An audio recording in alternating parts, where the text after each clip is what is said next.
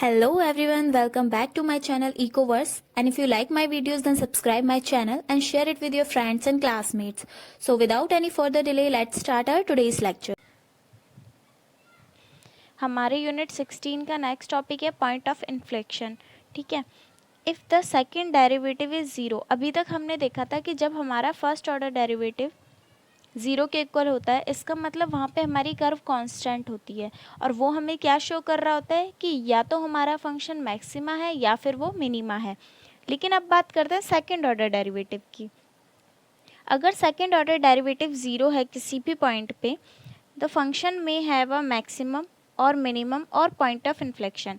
यानी कि अगर फर्स्ट ऑर्डर डेरिवेटिव ज़ीरो है तो वो मैक्सिमा या मिनिमा शो कर रहा है, लेकिन अगर हमारा सेकंड ऑर्डर डेरिवेटिव भी ज़ीरो है तो मैक्सिमा भी हो सकता है, मिनिमा भी हो सकता है और पॉइंट ऑफ इन्फ्लेक्शन भी हो सकता है। The point of inflection is defined as the point at which a curve change its curvature. Point of inflection हमारा क्या होता है, जहाँ पे हमारी कर्वेचर चेंज हो रही हो। Curve does not change its direction of movement but only the nature of its slope. Curve जो है यहाँ पे अपनी डायरेक्शन चेंज नहीं करती, सिर्फ अपने स्लोप का नेचर चेंज करती है। ठीक है, the sufficient condition for the point inflection, और जो आपकी सफिशियंट कंडीशन होती है वो हमारी ये होती है कि हमारा सेकंड ऑर्डर डेरिवेटिव जो है वो ज़ीरो के इक्वल होना चाहिए और थर्ड ऑर्डर डेरिवेटिव जो है वो नॉन ज़ीरो होना चाहिए। अब इसका मतलब क्या है ये समझो। अभी हमने देखा कि पॉइंट ऑफ इन्फ्लेक्शन हमारा कब पता चलती है, जब सेकंड ऑर्डर डेरिवेटिव ज़ीरो हो। फर्स्ट ऑर्डर डेरिवेटिव अगर ज़ीरो है, इसका मतलब वो हमें दो चीज़ें बताएगा, या तो हमारा फंक्शन मैक्सिमा है या हमारा फंक्शन मिनिमा है। ठीक है, यहीं पे अगर हमारा सेकंड ऑर्डर डेरिवेटिव ज़ीरो के इक्वल हो तो ये हमें तीन चीज़ें शो कर सकता है, या तो हमारा फंक्शन मैक्सिमा है या हमारा फंक्शन मिनिमा है या फिर यहाँ पे पॉइंट ऑफ इन्फ्लेक्शन है। अब पॉइंट ऑफ इन्फ्लेक्शन का मतलब क्या है, इसका मतलब ये है कि हमारी जो कर्व है वो अपना नेचर चेंज कर रही है। इसका क्या मतलब है, यानी कि ये मेरे पास डायग्राम है, यहाँ पे मेरी कर्व क्या है, कॉन्वेक्स, और यहाँ पे मेरी कर्व क्या है, कॉनकेव। अब हमारी कर्व इंक्रीजिंग है या डिक्रीजिंग है, ये हमें किससे पता चलती है, या तो इंक्रीजिंग है या डिक्रीजिंग है। ये हमें क्या बताता है, फर्स्ट ऑर्डर डेरिवेटिव। ठीक है, और हमारा सेकंड ऑर्डर डेरिवेटिव हमें क्या बताता है कि उसका नेचर कैसा है, वो कॉन्वेक्स है या फिर कॉनकेव है। फर्स्ट ऑर्डर डेरिवेटिव बता रहा है इंक्रीज कर रही है या डिक्रीज कर रही है, और सेकंड ऑर्डर डेरिवेटिव हमें बता रहा है कि कितने रेट से इंक्रीज कर रही है या कितने रेट से डिक्रीज कर रही है। तो यहाँ पे वो रेट ही चेंज हो जाता है। ठीक है, हमने बोला कि वो अपनी डायरेक्शन चेंज नहीं करेगा, यानी कि अगर मेरी कर्व इंक्रीज कर रही है तो वो इंक्रीज ही करेगी, चाहे ऐसे या ऐसे। ठीक है, और अगर हमारी कर्व डिक्रीज कर रही है तो वो डिक्रीज ही करेगी, चाहे वो कॉनकेव हो या वो कॉन्वेक्स हो। लेकिन कर्वेचर चेंज होने का क्या मतलब है कि यहाँ पे देखो मेरी कर्व कैसी थी, कॉनकेव, और फिर ये हो गई कॉन्वेक्स, यानी यहाँ पे इंक्रीज कर रही है बट डिक्रीजिंग रेट से। ठीक है, और यहाँ पे भी कर्व इंक्रीज ही कर रही है लेकिन इंक्रीजिंग रेट से, क्योंकि कॉन्वेक्स है और कॉन्वेक्स हमें क्या बताता है कि इंक्रीजिंग रेट से कर्व डिक्रीज कर रही है। इसका मतलब उसने अपनी मूवमेंट चेंज नहीं कर रही है, वो पहले भी इंक्रीज ही कर रही थी और अभी भी इंक्रीज कर रही है। उसने सिर्फ अपने स्लोप का, स्लोप मतलब ये जो हमारा डेरिवेटिव होता है फर्स्ट डेरिवेटिव, उसका नेचर चेंज कर लिया है। फर्स्ट ऑर्डर डेरिवेटिव सेम है लेकिन सेकंड में चेंज आ गया है। इसका मतलब यहाँ पे वो क्या थी, हमारा नेचर कैसा था, कॉनकेव, और यहाँ पे कैसा हो गया, कॉन्वेक्स। यानी यहाँ पे जब वो इंक्रीज कर रही थी तो डिक्रीजिंग रेट से कर रही थी, लेकिन यहाँ पे इंक्रीज कर रही है तो इंक्रीजिंग रेट से कर रही है। और इसी को, ये जो बीच में चेंज हमारा आता है कर्व के बीच में, इसी को हम बोलते हैं पॉइंट ऑफ इन्फ्लेक्शन। अब है हमारा example 16.3, find the point of inflection for the function f of x is equals to x cube plus two. ठीक है, ये हमें फंक्शन दिया हुआ है। अब हम क्या कर रहे थे, अभी तक फर्स्ट ऑर्डर डेरिवेटिव को ज़ीरो पुट करके देख रहे थे क्योंकि हमें मैक्सिमा या मिनिमा देखना था। अब हमें पॉइंट ऑफ इन्फ्लेक्शन चेक करना है, तो अब हम क्या करेंगे, सेकंड ऑर्डर डेरिवेटिव को ज़ीरो के इक्वल पुट करेंगे। तो उसके लिए हमें पहले फर्स्ट ऑर्डर डेरिवेटिव निकालना पड़ेगा। तो यहाँ पे फंक्शन क्या दिया हुआ है हमारे पास, एक्स क्यूब प्लस 2। अगर मैं इसका फर्स्ट ऑर्डर डेरिवेटिव निकालती हूँ यानी एफ ऑफ एक्स, तो वो क्या हो जाएगा 3x और 2 हमारा 0 हो जाएगा और यहाँ पे पावर हो जाएगी 2। ठीक है, ये 0 हो जाएगा, तो लिखो ना लिखो कोई फ़र्क नहीं पड़ता। अब यहाँ से हमें क्या निकालना है सेकंड ऑर्डर डेरिवेटिव, क्योंकि उसी को हमें 0 के इक्वल पुट करना है। तो अगर इसका सेकंड ऑर्डर डेरिवेटिव करेंगे तो यानी ये जो हमारे पास टर्म आई थी इसका डिफ्रेंशिएशन करना है, तो ये क्या हो जाएगा 6x। ये आ गया हमारा सेकंड ऑर्डर डेरिवेटिव। और थर्ड ऑर्डर डेरिवेटिव भी निकालना पड़ेगा क्योंकि चेक करना होता है, नॉन ज़ीरो चाहिए। तो अब इसका डेरिवेटिव करेंगे तो क्या हो जाएगा 6। अब हमें क्या करना है पॉइंट ऑफ इन्फ्लेक्शन चेक करना है। तो उसके लिए क्या करेंगे, जो हमारे पास सेकंड ऑर्डर डेरिवेटिव है उसे 0 के इक्वल पुट कर देंगे। सेकंड ऑर्डर डेरिवेटिव क्या है 6x, तो 6x इज इक्वल्स टू 0। यहाँ से 0/6, तो ये हो जाएगा 0। इसका मतलब जो हमारा पॉइंट ऑफ इन्फ्लेक्शन है वो कहाँ पे है, यानी x की वैल्यू 0 पे। So point of inflection at x is equals to 0। ये मैंने शॉर्ट फॉर्म लिख दी है, बट आप एग्जाम में पूरा लिखोगे पॉइंट ऑफ इन्फ्लेक्शन। ठीक है, अब है चेक इन प्रोग्रेस 2 का question 1, find the point of inflection for the function, और ये हमें फंक्शन दिया हुआ है। ठीक है, तो क्या करेंगे, सबसे पहले फर्स्ट ऑर्डर डेरिवेटिव निकालेंगे, वो हो जाएगा 3x² plus 2x plus 1, right. अब जो फर्स्ट ऑर्डर डेरिवेटिव निकाला है इसका दोबारा से डिफरेंशिएशन करेंगे फॉर सेकेंड ऑर्डर डेरिवेटिव। सो ये हो जाएगा 6x प्लस 2। ठीक है, अब क्या करना है थर्ड ऑर्डर डेरिवेटिव निकालना है क्योंकि चेक करना है नॉन ज़ीरो होना चाहिए। सो ये हो गया यहाँ से 6। ठीक है, अब हम क्या चेक करते हैं सेकेंड ऑर्डर डेरिवेटिव को 0 के इक्वल पुट करते हैं। सो यहाँ से सेकेंड ऑर्डर डेरिवेटिव को 0 के इक्वल पुट करेंगे। सेकेंड ऑर्डर डेरिवेटिव क्या था हमारा 6x plus 2 is equals to 0। अब यहाँ से x की वैल्यू निकालेंगे। पहले फर्स्ट ऑर्डर डेरिवेटिव को 0 के इक्वल पुट करके x की वैल्यू निकालते थे तो पता चल जाता था कि x की इस वैल्यू पे फंक्शन मैक्सिमा या मिनिमा है। अब क्या कर रहे हैं सेकेंड ऑर्डर डेरिवेटिव को 0 के इक्वल पुट कर रहे हैं, वहाँ से x की वैल्यू निकाल रहे हैं, तो पता चल जाएगा x की इस वैल्यू पे हमारा सेकेंड ऑर्डर डेरिवेटिव 0 है, यानी पॉइंट ऑफ इन्फ्लेक्शन है। तो यहाँ से ये आ गया 6x माइनस 2 और x की वैल्यू आ गई -2/6। ये कैंसिल आउट हो जाएगा, तो ये क्या हो गया -1/3। ठीक है, यानी x की वैल्यू यहाँ से आ गई मेरे पास -1/3। तो ये क्या शो कर रहा है कि जो मेरा फंक्शन है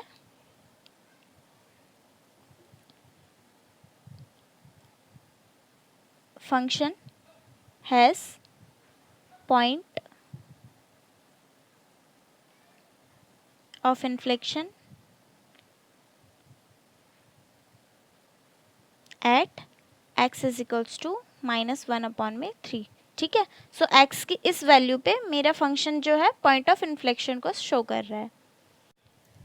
अभी तक हमने मैक्सिमा मिनिमा देखा था जब हमारे पास इंडिपेंडेंट वेरिएबल 1 था। ठीक है, अभी तक हम सिर्फ x को ले रहे थे इंडिपेंडेंट वेरिएबल और y हमारा था डिपेंडेंट वेरिएबल। लेकिन इसके बाद हमारे और भी मतलब सेवरल वेरिएबल्स आते हैं जिसमें इंडिपेंडेंट वेरिएबल हमारे 2 भी हो सकते हैं, 3 भी हो सकते हैं या ज़्यादा भी हो सकते हैं। ठीक है, तो उसको समझने से पहले हमें ना हेशियन डिटर्मिनेंट का टॉपिक पता होना चाहिए। वैसे तो ये टॉपिक आपके ब्लॉक 4 का है, बट यहाँ पे यूज़ होगा तो इसलिए मैं बता देती हूँ। अगर हमारा इंडिपेंडेंट वेरिएबल सिर्फ x है, यानी हमारे पास सिर्फ एक इंडिपेंडेंट वेरिएबल है, तो वहाँ पे हमारी हेशियन डिटर्मिनेंट होगी f11 या फिर f22। ठीक है, अगर हम 1 को ले रहे हैं इंडिपेंडेंट वेरिएबल, यानी मान लो कि 1 मैंने किसी भी x के लिए डिनोट किया है, तो यहाँ पे हम जब फर्स्ट टाइम डेरिवेटिव करेंगे वो भी x के रिस्पेक्ट में करेंगे और जब सेकेंड टाइम डेरिवेटिव करेंगे वो भी x के रिस्पेक्ट में करेंगे, क्योंकि डेरिवेटिव किसके रिस्पेक्ट में करते हैं इंडिपेंडेंट वेरिएबल के रिस्पेक्ट में, और हमारे पास एक ही इंडिपेंडेंट वेरिएबल है। तो मैं क्या करूँगी पहले x के रिस्पेक्ट में करूँगी उसका डेरिवेटिव और फिर जब अगेन सेकंड ऑर्डर डेरिवेटिव करूँगी वो भी x के रिस्पेक्ट में करूँगी क्योंकि सिंगल इंडिपेंडेंट वेरिएबल है। सेम अगर यहाँ पे इंडिपेंडेंट वेरिएबल मान लो मेरे पास y है, ठीक है, सिर्फ y ही है मेरे पास इंडिपेंडेंट वेरिएबल, तो क्या करूँगी, पहले y के रिस्पेक्ट में करूँगी, अगेन उसका डेरिवेटिव करूँगी क्योंकि हमें सेकंड ऑर्डर डेरिवेटिव भी चाहिए, तो फिर से उसे y के रिस्पेक्ट में करूँगी, ठीक है। तो f11 है, f22 है, fxx है, fyy है, ये हमारे क्या दिखा रहे हैं कि हमारे पास सिंगल वेरिएबल है, तो ये मेरा हो जाएगा h1, ठीक है। अब यहीं पे आ जाओ कि हमारे पास दो इंडिपेंडेंट वेरिएबल हैं और वो दो इंडिपेंडेंट वेरिएबल हम किसे ले रहे हैं, x को और y को, यानी कि जो मेरा फंक्शन है वो x पे भी डिपेंड कर रहा है और y पे भी डिपेंड कर रहा है, या इसे हम ऐसे भी लिख सकते हैं कि z मेरे पास एक फंक्शन है जो कि डिपेंड कर रहा है किस पे, x पे और y पे। जैसे अभी तक हम यहाँ क्या ले रहे थे कि y मेरे पास एक फंक्शन है जो कि डिपेंड कर रहा है x पे, तो यहाँ पे इंडिपेंडेंट वेरिएबल क्या हो गया, x सिर्फ एक है, और डिपेंडेंट वेरिएबल क्या हो गया, y जो भी एक है। अब यहाँ पे क्या हो गया, z मेरा डिपेंडेंट वेरिएबल है और x और y मेरे इंडिपेंडेंट वेरिएबल हैं, यानी मेरे पास यहाँ इंडिपेंडेंट वेरिएबल दो हैं। अब इसका कैसे हेशियन डिटर्मिनेंट बनाएंगे, तो सबसे पहले तो ये देखो कि मैंने आपको यंग्स थ्योरम बताया था, उसमें क्या होता है कि मेरा जो f11 है और f22 है, ये तो हो गई कि जब मैं एक ही वेरिएबल के रिस्पेक्ट में फर्स्ट ऑर्डर डेरिवेटिव भी निकालूं और सेकंड ऑर्डर डेरिवेटिव भी निकालूं, लेकिन अगर मैं पहले निकालूं फर्स्ट वेरिएबल के रिस्पेक्ट में और सेकंड वाला निकालूं सेकंड वेरिएबल के रिस्पेक्ट में, या फिर मैं पहले निकालूं सेकंड वेरिएबल के रिस्पेक्ट में और फिर निकालूं फर्स्ट वेरिएबल के रिस्पेक्ट में, तो ये दोनों मेरे हमेशा इक्वल होंगे, यानी f x y is equal to f y x हमेशा मेरे इक्वल होंगे। ये मैंने आपको बताया भी था और इसी को हम बोलते हैं यंग्स थ्योरम। याद है जब पार्शियल डेरिवेटिव किया था तब ये थ्योरम मैंने आपको बताई थी, ठीक है। सो जो हमारे क्रॉस पार्शियल डेरिवेटिव होते हैं, यानी x को y के रिस्पेक्ट में करूं या फिर y को x के रिस्पेक्ट में करूं, ये दोनों हमारे हमेशा इक्वल आएंगे। अब इसका हेशियन डिटर्मिनेंट कैसे बनाते हैं, h2, अभी यहाँ पे तो सिंगल वेरिएबल था तो ऑर्डर क्या था मेरा,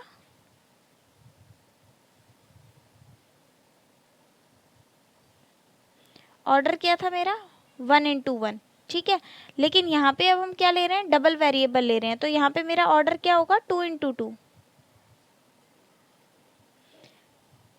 सो 2 into 2 का ऑर्डर होगा, इसका मतलब दो ही हमारी रो होंगी और दो ही हमारे कॉलम होंगे।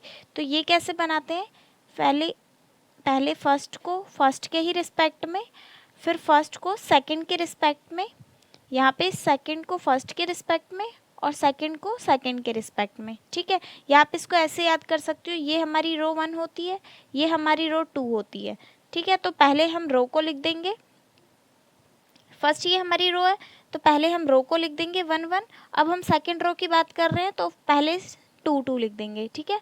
वैसे ही हमारे पास ये कॉलम 1 है और ये कॉलम 2 है, तो सेकंड में क्या लिख रहे हैं, आई और जे लेते हैं ना रो और कॉलम के लिए, वैसे ही यहाँ पे सेकंड पे क्या कर देंगे 1 1 क्योंकि दोनों कॉलम 1 में आ रहे हैं, और यहाँ पे 2 2 क्योंकि दोनों कॉलम 2 में आ रहे हैं। ये आप याद करने का तरीका है, ठीक है। तो यहाँ से क्या निकल के आ गया मेरा f x x, f x y, f y x और एफ वाई वाई, ठीक है। इसका मतलब पहले मैंने x के रिस्पेक्ट में किया फर्स्ट ऑर्डर डेरिवेटिव, फिर सेकंड भी x के रिस्पेक्ट में किया। यहाँ पे मैं क्या ले रही हूँ कि फर्स्ट ऑर्डर डेरिवेटिव मैंने x के रिस्पेक्ट में लिया, सेकंड y के में, यहाँ पे फर्स्ट ऑर्डर डेरिवेटिव y के रिस्पेक्ट में, सेकंड x के रिस्पेक्ट में, और यहाँ पे फर्स्ट ऑर्डर डेरिवेटिव y के रिस्पेक्ट में, अगेन y के रिस्पेक्ट में। तो ये हो गया मेरा 2 into 2 का डिटर्मिनेंट। अब आते हैं अगर हमारे पास 3 इंडिपेंडेंट वेरिएबल हैं, मान लो कि मेरे पास यहाँ पे z है जो कि डिपेंड कर रहा है किस पे, x1 पे, x2 पे और x3 पे, तो अब मेरे पास डिपेंडेंट वेरिएबल क्या हो गया, सिर्फ z, और इंडिपेंडेंट वेरिएबल कितने हो गए, 3, इंडिपेंडेंट वेरिएबल कितने हो गए मेरे पास, 3, यानी x1 x2 x3। तो इसकी डिटर्मिनेंट कैसे बनेगी, h3 इसका डिटर्मिनेंट बनेगा H3।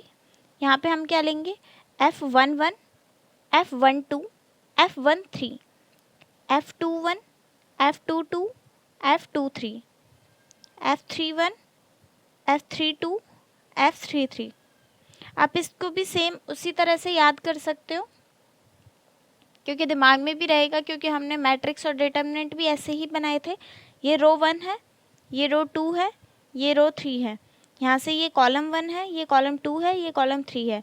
तो पहले रो को लिखेंगे, फर्स्ट रो की बात कर रहे हैं तो पहले फर्स्ट फर्स्ट फर्स्ट, फिर second second second, third third third. जो रो है वो हम आगे लिखेंगे और जो कॉलम है वो बाद में लिखेंगे। ये पूरा किस में आ रहा है, कॉलम 1 में, तो सेकंड नंबर हमारा 1 है। यहाँ पे ये कहाँ आ रहा है, कॉलम 2 पे, तो सेकंड नंबर हमारा 2 है। थर्ड ये हमारा आ रहा है कॉलम 3 में, तो सेकंड नंबर हमारा 3 है। ये हो गया याद करने का तरीका। अब इनको बोलते क्या है, अगर हम H1 की बात कर रहे हैं तो इसे हम बोलते हैं फर्स्ट प्रिंसिपल माइनर। ठीक है, फर्स्ट प्रिंसिपल माइनर।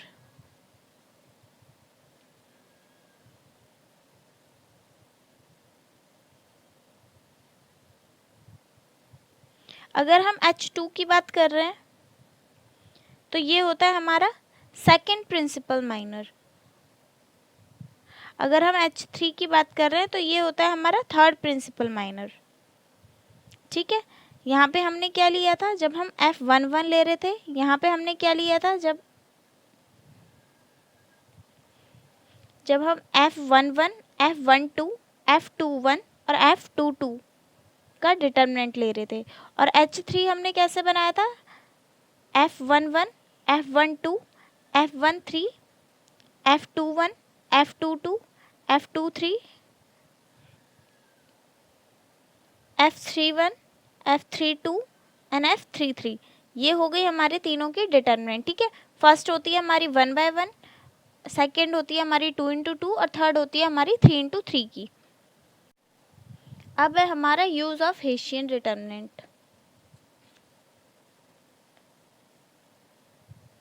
तो ये हम किस लिए यूज करते हैं, ऑप्टिमाइजेशन निकालने के लिए, यानी मिनिमा है या फिर मैक्सिमा है ये देखने के लिए।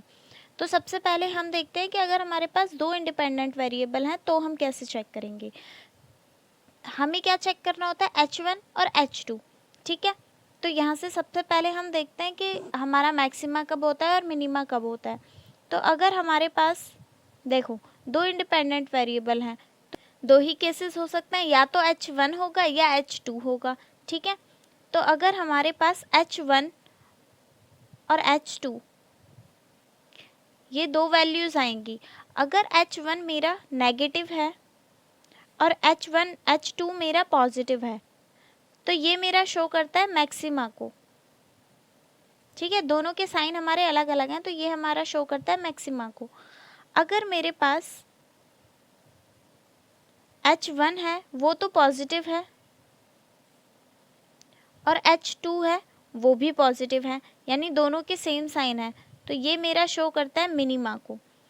अब आप इसे ऐसे याद रख सकते हो कि हमने क्या देखा था, नेगेटिव होगा तो मैक्सिमा, पॉजिटिव होगा तो मिनिमा, यानी फर्स्ट वाले के उससे याद रख लो क्योंकि सेकंड तो पॉजिटिव ही होगा। अब ये हमारा नेगेटिव है या पॉजिटिव है कैसे पता चलेगा, तो यहाँ पे जब हम फर्स्ट H1 ले रहे हैं तो H1 के लिए हम क्या देखते थे कि सेम ही वेरिएबल के रिस्पेक्ट में हमारा फर्स्ट ऑर्डर होना चाहिए और उसी वेरिएबल के रिस्पेक्ट में हमारा सेकंड ऑर्डर होना चाहिए, यानी या तो हम f(x(x) देखेंगे या फिर हम f(y(y) देखेंगे। तो हमारा f(x(x) भी नेगेटिव होगा और f(y(y) भी नेगेटिव होगा। जब इन दोनों के साइन सेम होंगे और नेगेटिव होंगे, इसका मतलब हमारा H1 क्या है, नेगेटिव है। तो यहाँ से ये मेरा नेगेटिव आया है। ठीक है, मैं पहले f(x(x) चेक करूँगी, फिर f(y(y) चेक करूँगी। मैं पहले f(x(x) चेक करूँगी, फिर f(y(y) चेक करूँगी। दोनों के साइन देखेंगे, अगर दोनों सेम साइन है और नेगेटिव है, इसका मतलब मेरा H1 भी नेगेटिव है। और अगर यहाँ से देखो, यहाँ पे मेरा f(x(x) पॉजिटिव है और f(y(y) भी पॉजिटिव है, दोनों के सेम साइन है और दोनों ही पॉजिटिव है, इसका मतलब यहाँ से क्या है, मेरा H1 पॉजिटिव है। ठीक है, तो हम H1 कैसे निकालते हैं, हम f(x)(x) और f(y)(y) देखेंगे। अगर यहाँ पे मैंने इंडिपेंडेंट वेरिएबल दो लिए होते x1 और x2, तो हम कैसे चेक करते हैं, f11 और f22। अगर दोनों ही हमारे नेगेटिव होते तो h1 मेरा नेगेटिव होता, दोनों ही मेरे पॉजिटिव होते तो h1 मेरा पॉजिटिव होता। तो h1 निकालने के लिए मेरे पास क्या होता है, यानी दोनों या तो फर्स्ट वेरिएबल के रिस्पेक्ट में होंगे या फिर दोनों सेकंड वेरिएबल के रिस्पेक्ट में होंगे। इन दोनों से मुझे मिलता है मेरा h1। अब अगर मेरा ये दोनों साइन सेम है, h1 के लिए मैं यही तो देख रही हूँ कि मेरे दोनों साइन सेम है। अगर नेगेटिव हैं दोनों तो नेगेटिव, अगर दोनों पॉजिटिव हैं तो पॉजिटिव। तो इस केस में मेरा h2 हमेशा पॉजिटिव ही होगा, ठीक है, ये याद रखना। लेकिन ऐसा भी तो हो सकता है कि मेरे h1 के दोनों साइन सेम ही ना हो, यानी कि जो मैं ये h1 निकाल रही हूँ, अभी तक मैं क्या ले रही थी कि f(x)(x) और f(y)(y) या तो दोनों नेगेटिव होंगे या दोनों पॉजिटिव होंगे। बट ऐसा भी तो हो सकता है कि ये पॉजिटिव हो और ये नेगेटिव हो जाए, या फिर ये नेगेटिव हो और ये पॉजिटिव हो जाए। तो यहाँ तो साइन से मतलब अपोजिट हो गए। अगर साइन जो है वो सेम नहीं है, अपोजिट हैं एक दूसरे के, तो उस केस में जो मेरा H2 होगा वो नेगेटिव आएगा, याद रखना। या फिर ऐसे याद करो कि यहाँ पे नेगेटिव नेगेटिव क्या होता है, पॉजिटिव हो जाता है, इसीलिए H2 मेरा पॉजिटिव आ रहा है। यहाँ पे पॉजिटिव पॉजिटिव क्या रहता है, पॉजिटिव रहता है, इसलिए H2 भी मेरा पॉजिटिव है। अब यहाँ पे दोनों साइन अपोजिट हो गए, यानी प्लस माइनस ले लूँ या माइनस प्लस ले लूँ, रहेगा तो नेगेटिव ही, इसीलिए इस केस में क्या होता है, मेरा H2 नेगेटिव हो जाता है, ठीक है। बेसिकली हमने क्या देखा कि हमारे पास H1 को चेक करने के दो तरीके हैं, या तो मैं f(x)(x) चेक कर लूँ या फिर मैं f(y)(y) चेक कर लूँ। यही तरीका है मेरे पास H1 को चेक करने के लिए, और ये दोनों मेरे क्या बताते हैं, H1। सेकंड है मेरे पास H2 निकालने के लिए, ठीक है। अब अगर मेरे पास दोनों साइन पॉजिटिव हैं, ये भी पॉजिटिव है और ये भी पॉजिटिव है, तो मैंने क्या बताया कि H2 भी मेरा पॉजिटिव ही रहेगा, ठीक है। इसका मतलब है तीनों ही पॉजिटिव हो गए, तीनों पॉजिटिव है तो ये मेरा शो कर रहा है मिनिमा, ठीक है। तीनों साइन पॉजिटिव है, इसका मतलब ये शो कर रहा है मेरा मिनिमा। अब बात आती है कि ये भी नेगेटिव है, ये भी नेगेटिव है, दोनों साइन सेम हो गए, इसका मतलब ये पॉजिटिव होगा, ठीक है। अब ये साइन और ये साइन अलग अलग हो गए, क्योंकि ये दोनों मिलके बना रहे हैं पॉजिटिव और ये दोनों मिलके बना रहे हैं नेगेटिव। या आप इसको लो मत लो, एक ही बात है, आप इसको डायरेक्ट ही देख लो कि ये दोनों नेगेटिव हैं और ये पॉजिटिव है, तो ये इससे तो मैच नहीं कर रहे हैं, तो ये मेरा शो कर रहा है मैक्सिमा, ठीक है। जब H1 के साइन मेरे H2 से मैच करते हैं तो मिनिमा, अगर H1 के साइन H2 से मैच नहीं करते हैं तो मैक्सिमा। अब थर्ड सिचुएशन क्या मैंने बोली थी कि हो सकता है कि ये पॉजिटिव हो, ये पॉजिटिव हो और ये नेगेटिव हो, या हो सकता है ये नेगेटिव हो और ये पॉजिटिव हो, है ना। तो इस केस में क्या हो गए, दोनों साइन अपोजिट हो गए, तो यहाँ पे क्या हो जाएगा, मेरा ये H2 नेगेटिव ही आएगा।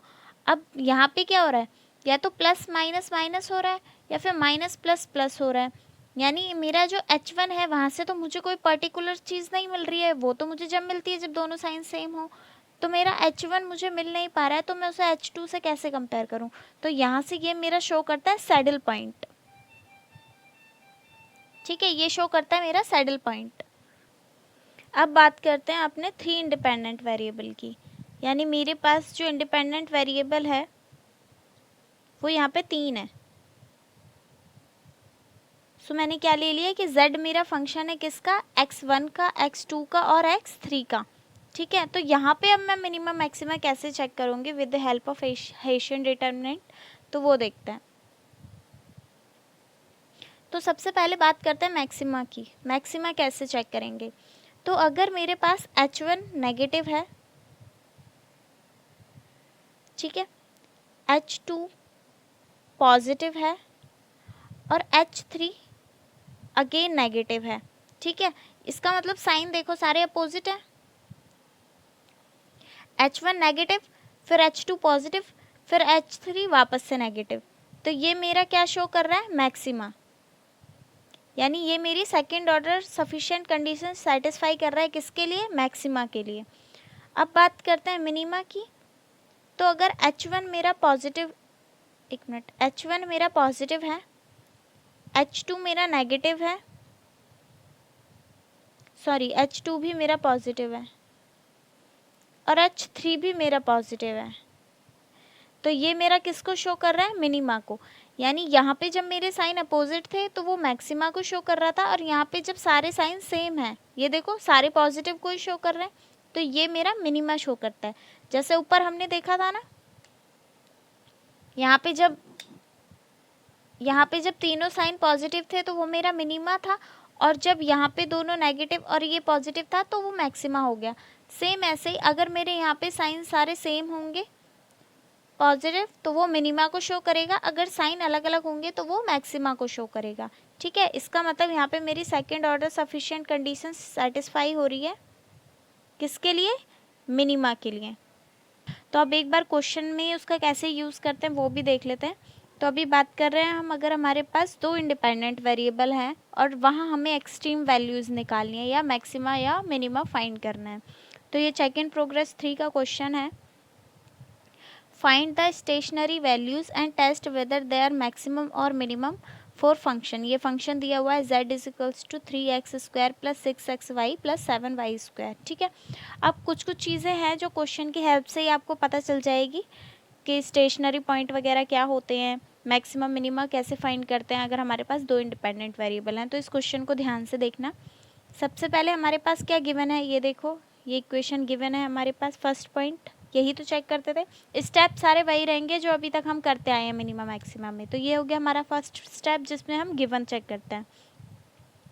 अब नेक्स्ट क्या होता है कि हम देखते हैं अपना first order derivative. So first order derivative, लेकिन यहाँ पे ये चीज़ याद रखना कि यहाँ पे जो डिफरेंशिएशन होगा वो पार्शियल होगा। ठीक है, पार्शियल डेरिवेटिव का यूज़ करेंगे क्योंकि हमारे पास यहाँ पे दो इंडिपेंडेंट वेरिएबल है। तो जब x को लेंगे तो y को कांस्टेंट लेंगे, और जब y का डेरिवेटिव करेंगे तो x को कांस्टेंट लेंगे। तो यहाँ पे लिखो फर्स्ट ऑर्डर पार्शियल डेरिवेटिव या partial differentiation with respect to x।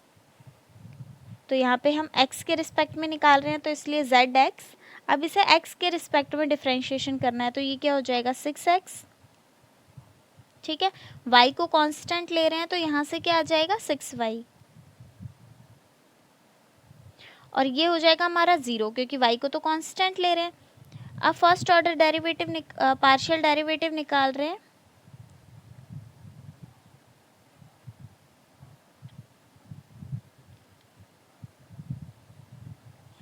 With respect to x, तो यहाँ पे हमने y को कांस्टेंट लिया था, यहाँ पे हम x को कांस्टेंट लेंगे।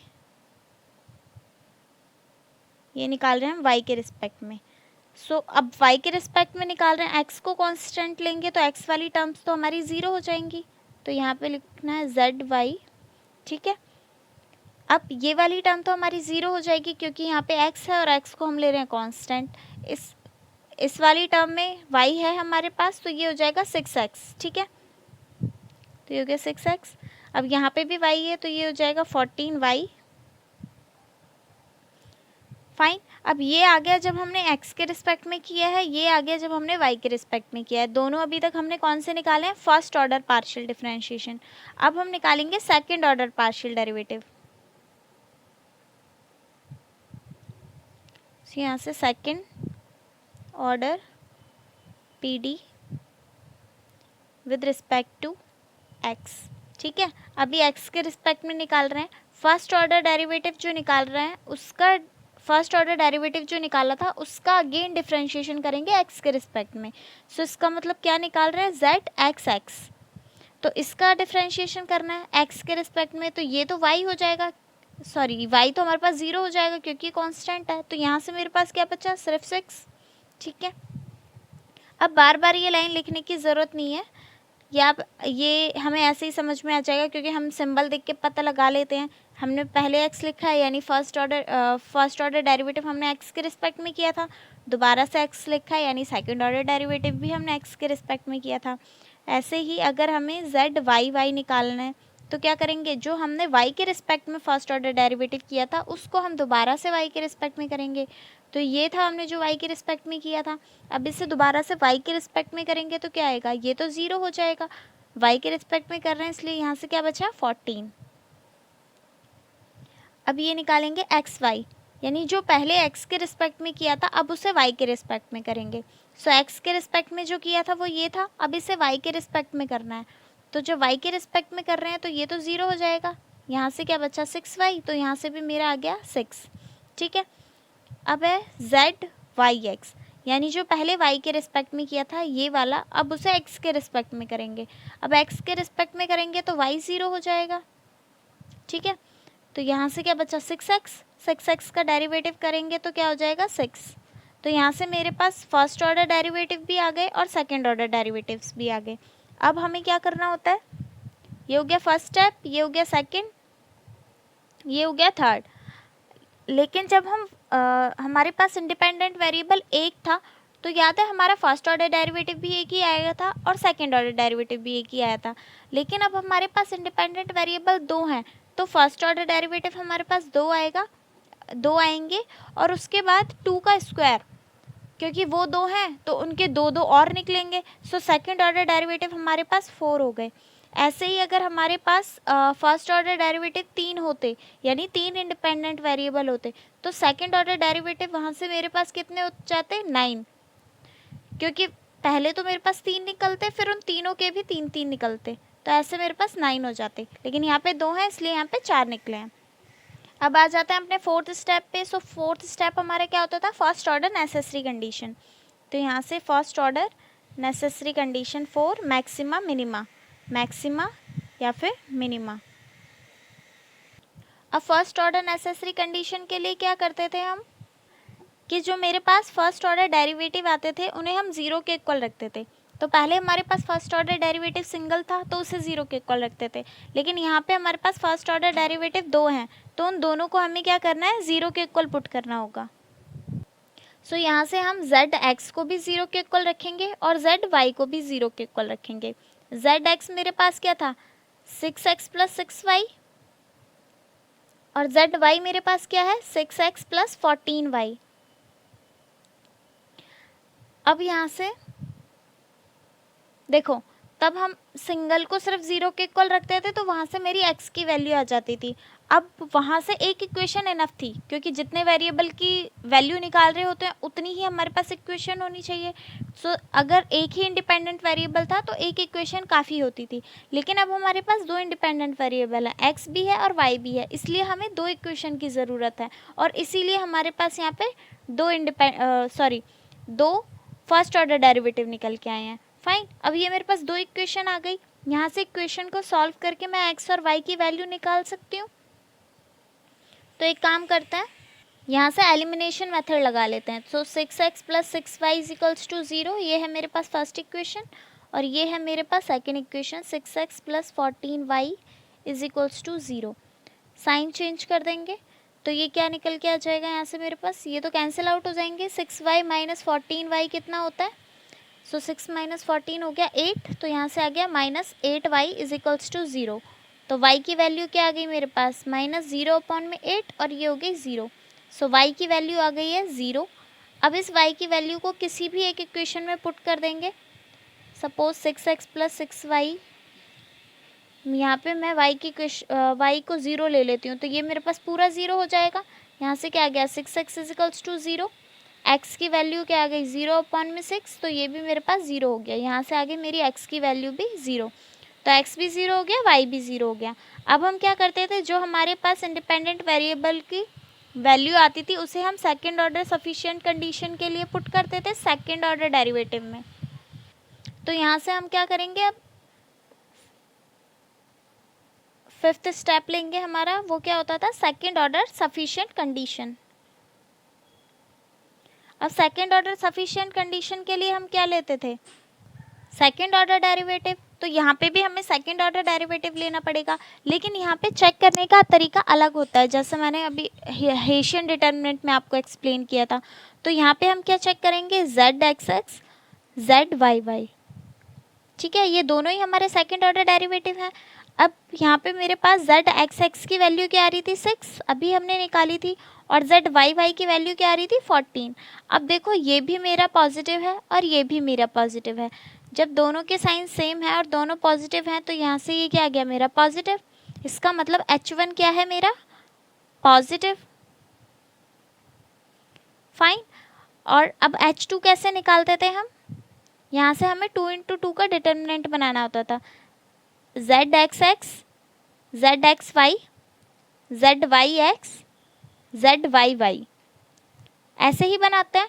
अब वैल्यूज पुट कर दो, जेड एक्स एक्स की वैल्यू मैंने क्या निकाली थी 6, जेड एक्स वाई की वैल्यू क्या आ रही थी हमारी 6, जेड वाई एक्स की वैल्यू क्या थी 6, और जेड वाई वाई की क्या थी 14। अब याद है ना, जो वैल्यू हमारी जेड एक्स वाई की होगी वही हमारी जेड वाई एक्स की होगी, क्योंकि हमने पहले ही देखा था कि हमारे जो क्रॉस पार्शियल डेरिवेटिव होते हैं वो हमेशा इक्वल आते हैं, तो ये दोनों वैल्यूज़ हमारी हमेशा इक्वल ही होंगी। तो अब क्या करना है, हमें इसे सॉल्व करना है, डिटर्मिनेंट को सॉल्व कैसे करेंगे, 14 और 6 को मल्टीप्लाई करेंगे, माइनस करेंगे 6 × 6, या फिर आप सीधा 6 का स्क्वायर भी लिख सकते हो, क्योंकि मैंने बताया था कि दोनों क्या होते हैं हमारे सेम होते हैं। अब 14 6 क्या होता है 84, 6 6 36। अब यहाँ से इसको माइनस कर देंगे तो 14 - 6 क्या होता है हमारा 8, और यहाँ पे क्या बचा 7 - 3 = 4, तो यहाँ से आगे मेरा 48। अब 48 तो मेरा पॉजिटिव है, इसका मतलब H2 क्या आया है मेरा पॉजिटिव। अब देखो H1 भी मेरा पॉजिटिव है और H2 भी मेरा पॉजिटिव है, तो अगर मेरे पास H1 and H2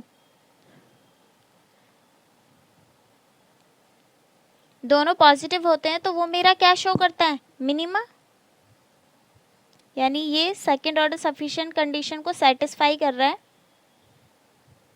for minima. और ये मिनिमा आया कहाँ पे है, एट XY 0 0,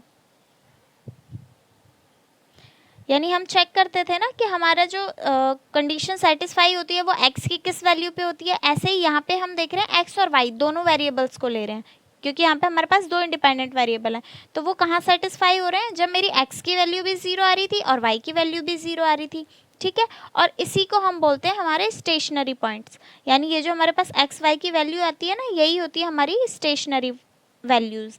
तो अब 6th स्टेप हमारे पास क्या होता था, एक्सट्रीम वैल्यूज़ निकालने का। सो यहाँ से हम निकालेंगे एक्सट्रीम वैल्यू ऑफ z। अब एक्सट्रीम वैल्यू ऑफ z कैसे निकलती है, जो हमारे पास वैल्यू आई है x और y की, वो हम किस में अपनी जो गिवन इक्वेशन होती थी उसमें पुट करते थे। अब यहाँ से मेरे पास कौन सी वैल्यू निकलेगी, मिनिमम वैल्यू। मिनिमम वैल्यू क्यों, क्योंकि जो मेरा फंक्शन है वो मिनिमा के लिए सेटिस्फाई हुआ था, तो यहाँ से निकलेगी मेरी मिनिमम वैल्यू ऑफ z। और z की इक्वेशन क्या थी मेरे पास, 3x² + 6xy + 7y²। अब यहाँ पे मुझे z के लिए x और y की वैल्यू पुट करनी पड़ेगी, और वो दोनों मेरे पास क्या आ रही थी 0 और 0। अभी हमने निकाली थी फर्स्ट ऑर्डर सफिशिएंट कंडीशन में, तो वहाँ पे मेरी वैल्यू क्या आ रही थी x और y की 0 0, वही हमें z की इक्वेशन में पुट करनी है। तो जहाँ जहाँ भी x है वहाँ भी 0 लिखेंगे, और जहाँ जहाँ y है वहाँ भी 0 लिखेंगे। सो ये हो गया 0 + 0 7 0, तो ये तो पूरा ही हमारे पास 0 हो गया। इसका मतलब जो मेरी मिनिमम वैल्यू आ रही है z की वो 0 है। बेसिकली हम करते क्या है, यहाँ पे देखो ये था मेरे पास zx और ये था मेरे पास zyy, ये और कुछ नहीं है बल्कि ये और ये वाली वैल्यूज़ है ना। अगर मैं इसको सॉल्व करूं तो हम क्या करते हैं, इन दोनों को मल्टीप्लाई माइनस इन दोनों को मल्टीप्लाई, तो यहाँ से निकल के क्या आता है zxx। देखो क्वेश्चन तो ख़त्म हो गया है, मैं सिर्फ कुछ कन्फ्यूज़न ना हो इसीलिए ये चीज़ें थोड़ा एक्सप्लेन कर रही हूँ।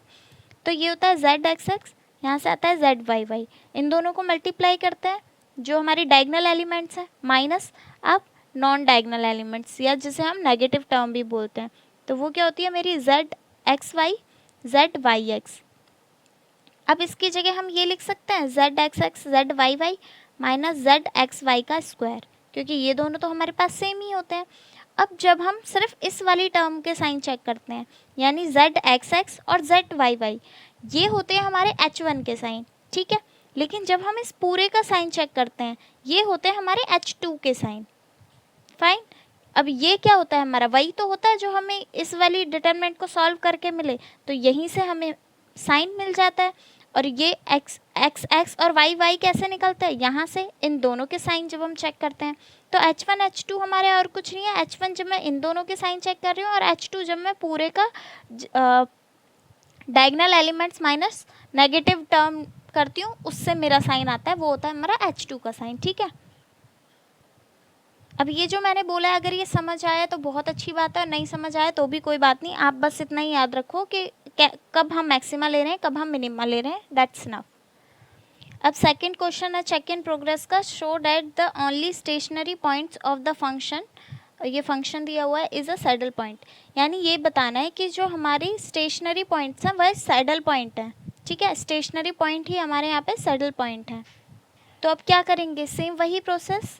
सबसे पहले देखो गिवन क्या है, x की वैल्यू, सॉरी z की वैल्यू, फंक्शन दिया हुआ है 4x square minus 2y square plus 7xy।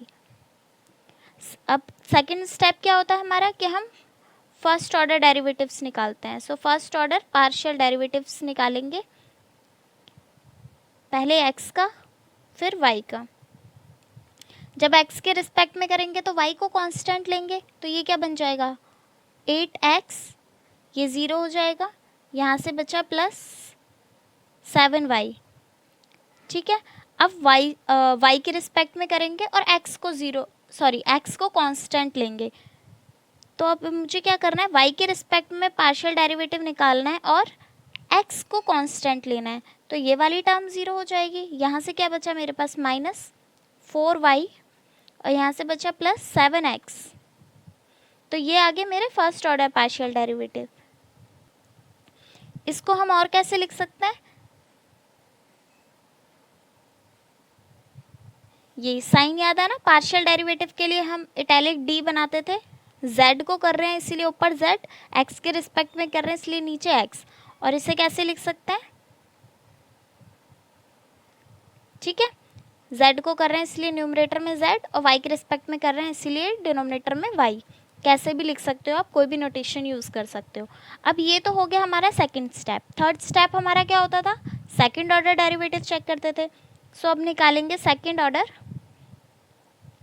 Partial derivative. Partial derivative इसलिए बोल रही हूँ क्योंकि यहाँ पे एक वेरिएबल के रिस्पेक्ट में डेरिवेटिव कर रहे हैं और सेकंड वेरिएबल को कांस्टेंट लेके चल रहे हैं।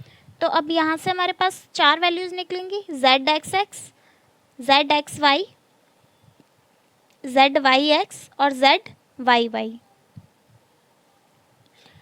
जब x वाली टर्म को वापस से x के रिस्पेक्ट में करूँगी, यानी इस वाली टर्म को, तो क्या आएगा, ये हो जाएगा 8 और ये हो जाएगा 0।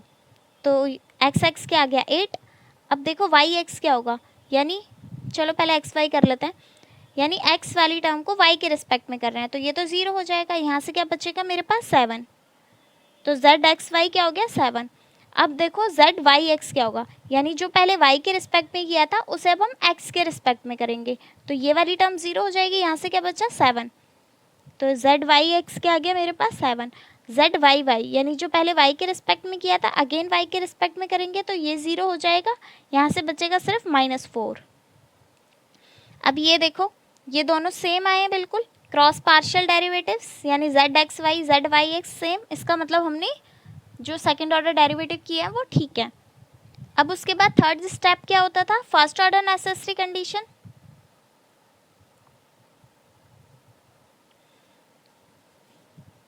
सो यहाँ से लेंगे फर्स्ट ऑर्डर नेसेसरी कंडीशन। क्या करता है इसमें, जो हमारे पास फर्स्ट ऑर्डर डेरिवेटिव्स थे उन्हें 0 के इक्वल रखेंगे, यानी जेड एक्स को भी 0 के इक्वल रखेंगे और जेड वाई को भी 0 के इक्वल रखेंगे। ये क्या आ रहा है मेरे पास 8x प्लस 7y, ये हो गया 0, और यहाँ से क्या आ रहा है -4y प्लस 7x, ये भी हो गया 0। अब इन दोनों इक्वेशन को हमें सॉल्व करना है। चाहो तो आप इसे सॉल्व कर लो या चाहो तो मत सॉल्व करो, वैसे ही आपको पता चल जाएगा कि x और y की वैल्यू 0 0 आएंगी। कैसे? क्योंकि ये देखो मेरे पास दोनों होमोजीनियस इक्वेशन है।